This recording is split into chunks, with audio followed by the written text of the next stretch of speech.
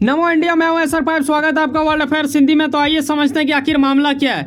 दरअसल यहां आप देखते हो इस आर्टिकल में यहां बात की जा रही है ईगला एंटी एयरक्राफ्ट मिसाइल, जो कि रूस का है। और ऐसे विषय में क्या ये इंडिया को लाइसेंस देने वाले हैं? क्या अब वक्त आ चुका है कि इंडिया ये खुद से इंडिया में ही हमारे देश में ये बनाए जाएंगे, या फिर कुछ और मामला है, इसके पीछे कोई षड्यंत्र तो नहीं? तो आओ समझते हैं कि ईगला एस आखिर मिसाइल है क्या और ये कैसे हमारे लिए लाभदायक होगा, विश्व के लिए कितने देशों में ये यूज योग्य है, या फिर ये बिल्कुल मूर्खता वाली बात होगा, क्योंकि ये माना जा रहा है कि काफ़ी पुराना भी है। यहाँ आप देखते हो कि इंडिया की एक तरह से चाहत है कि हम मेक इन इंडिया के तहत, और आपको पता है कि इंडिया में कितना ज़्यादा make in India, made in India को प्रमोट किया जाता है हमारे देशवासियों की ओर से और हमारे सरकार की ओर से। इसी विषय को लेके हम ये बनाना चाहते हैं ईगला एस मिसाइलों को। ये हमारा चाहत था, लेकिन अब वक्त आ चुका है, काफ़ी दिनों सालों के एक प्रयास का एक तरह से सफलतापूर्वक होता दिख रहा है। क्या दिख रहा है ये जानने वाली बात होगा। यहाँ बात की जा रही कि रसिया की ओर से Igla S anti aircraft missile Bharat को भेजने और लाइसेंस देने की एक तरह से उत्पादन करने की एक ये सहयोग के रूप में बोलो, या फिर कहीं ना कहीं रसिया को भरोसा होने लगा है इंडिया के ऊपर, तभी अब बात आ चुका है समझौता के ऊपर। और यहाँ इस आर्टिकल के माध्यम से देखते हो भाई साहब, ये समझौता के प्रतिक्रिया में बदल चुका है। ये हमारे देश के हित के लिए हुआ, हमें ये मिल चुका है, ऐसा कुछ आपको अनुमान लग जाना चाहिए, क्योंकि इंडिया के सहयोगी में चलने वाला रूस और रूस के अंतर्गत आने वाले रूसी हथियार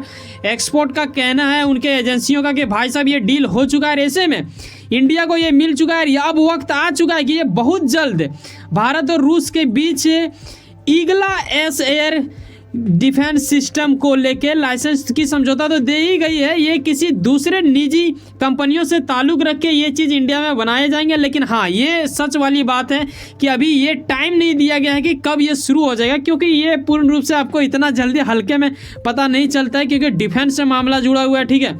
लेकिन समझौता हो चुका है, यहाँ तक आपका क्लियर हो जाना चाहिए।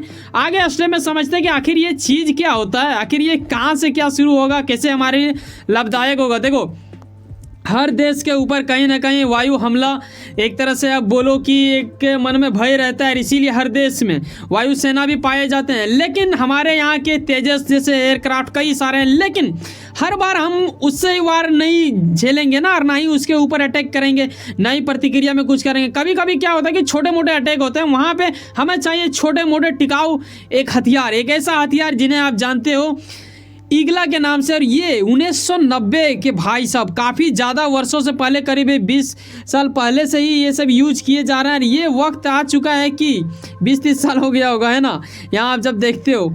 लेकिन सवाल ये है समझने वाला कि जब हमारी सेना ये यूज तब से कर रही है, क्या ये वाकई में बहुत अच्छा है क्या कि अब इसमें ईगला एस का बात किया जा रहा है? जी हाँ, हम पहले ईगला यूज करते थे, लेकिन अब ईगला एस आ चुका है एक नया वर्जन में। ये यहाँ जो आप देख रहे हो ना, दरअसल ये इसी प्रकार रहता है। यहाँ जो आप देख रहे हो, अब आपके मन में आएगा कि सर मिसाइल जब हम लोग सुनते हैं तो एक बड़ा लंबा चौड़ा होता है, ये तो इतू सा लगता है, एक छोटा सा गन खिलौना टाइप का। भाई साहब यहाँ पे छोटा मिसाइल दागा जाता है। ये इसका थोड़ा सा क्षमता देख लो तो आपको पता चलेगा कि ये किस हद तक नुकसान करता है दुश्मनों को, और मुंहतोड़ जवाब देने के लिए बिल्कुल सफलतापूर्वक माना जाता है। ये एक ऐसा हथियार जो हमारे देश के लिए काफ़ी ज़्यादा हित में कार्य करता है। हम वर्षों से इसका यूज करते आ रहे हैं, हमारी सेना यूज कर रही है ना।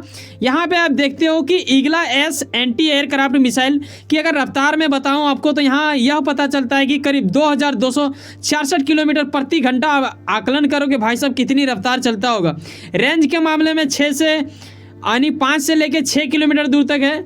और अगर आप अधिकतम दूरी अगर बोले हाइट में, तो ये जाता है करीब रफ्तार पकड़ते हुए 11,000 फीट तक ये जा सकती है, ठीक है। 11,000 फीट तक अपने टारगेट को निशाना कर सकती है। वजन बताया जा रहा है करीब 10+8, यानी 10 मिसाइल का रहता है, 8 इनका सिस्टम का है। और ये कुछ इस प्रकार ठोका जाता है, जैसे मान लो आपके इलाके में कोई ऐसे आ जाता, आजकल ड्रोन सिस्टम से वार चलता है, आपको पता है कि काफ़ी ज़्यादा दुनिया आधुनिक चीज़ों का उपयोग करने लगी है। तो ऐसे में ये सब छोटे हथियार की ज़रूरत होते हैं जो इसे अचानक ठोकेगा ऐसे करके और ख़त्म कर देगा। ये बड़ा ही अच्छा होता है, माना जाता है कि ये सेनाओं के लिए इतना ज़्यादा लाभदायक है, तभी तो ये लोकप्रियता में से एक होता है हथियारों में से ईगला एस। और यहाँ आप देखते हो कि इसके विरोध में अमेरिका की ओर से भी बनाया गया है। इन्होंने इसी के विरोध में प्रतिक्रिया देने के लिए ऐसा कुछ बनाया था, लेकिन फिर भी 30 देश करीब यूज करता है रूस का ईगला सिस्टम, जो कि काफ़ी अच्छा है। ईगला मिसाइल का एक तरह से टक्कर बोलो तो अमेरिका ने भी तैयार किया है, लेकिन अमेरिका से ज़्यादा देखें तो लोकप्रियता इनका देखने को मिलता है और इंडिया काफ़ी ज़्यादा दिनों से इनका प्रयोग करता आ रहा है। ये हमारी सेनाओं के हाथों में शोभा भी देता है और यकीनन हमारे दुश्मनों को एक तरह से मुंहतोड़ जवाब देने के लिए हमेशा 24 घंटा तैयार रहता है। तभी तो रूस और इंडिया की बात करें तो काफ़ी गहरा संबंध अक्सर रहा है और रहेगा आने वाले दिनों में। और साथ ही यहाँ फायदे वाली बात ये है ना कि देखो होगा क्या ना, जब हम ये करेंगे, पहली बात तो ये समझने वाली है कि हम यूक्रेन रूस वार से जो भी हुआ, लेकिन हम लोगों ने अपना रिश्ता ख़राब नहीं किया। आज भी रूस वही है जो पहले हुआ करते थे। आपको पता होना चाहिए कि 1971 में जब वार हुआ था ना, तो उस टाइम भी उन लोग हमारे सहयोग में था, जबकि अमेरिका उस वक्त पाकिस्तान के पास नेवी भेज के उनका सहयोग कर रहा था। तब समझ सकते हो कि अमेरिका जो आज दोस्त हो रहा है हमारा ना, तो कहीं ना कहीं रूस के साथ हमें कभी रिश्ता नहीं तोड़ना चाहिए, ऐसा मेरा मानना है। बाकी गवर्नमेंट अपना नीति के अनुसार चलती है।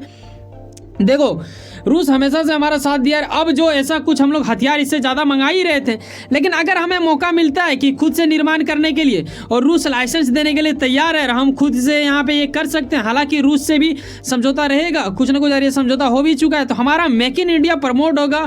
और हम भाई साहब आपको पता होना चाहिए कि इंडिया कितना नेक्स्ट लेवल तक सोचता है।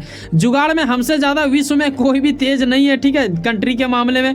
तो ऐसे में इंडिया को अगर इतू सा भी चीज़ मिलता है ना, तो उससे हम लोग तोड़ फोड़ के खोल खुआर के कुछ ना कुछ सीख ही जाते हैं और कुछ नया कर देते हैं, उससे भी एक भयानक चीज़ बना सकते हैं। और आपको पता होगा कि इंडिया इतिहास में ऐसा कर चुका है। ये फिर से मौका मिला है तो हम लोग फिर से करके देखेंगे। अब सवाल ये है कि अभी तक ऑफिशियल रूप से ये नहीं बताया गया कि कब ये काम शुरू हो जाएगा, लेकिन बहुत जल्द हो जाएगा, ऐसा कई गुना संभावना लगाया जा रहा है। जो इनके प्रति जानकार हैं वो लोग सूत्रों के अनुसार ये चीज़ बता चुके हैं और आर्टिकल के माध्यम से भी आपने देखा।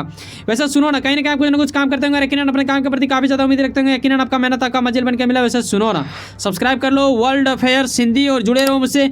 चलो मिलते हैं किसी नेक्स्ट वीडियो में। जाने से पहले एक बात ख्याल रखना, एक सब्सक्राइब जो बिल्कुल फ्री होता है करके जाना, एक खास व्यक्ति की जैसा करें। अगर आपको लगता है कि हमारे अंदर गुणवत्ता है तो सब्सक्राइब जरूर करें, कहीं गुणवत्ता की कमी लगता है तो अपनी राय अवश्य साझा करें कमेंट बॉक्स में।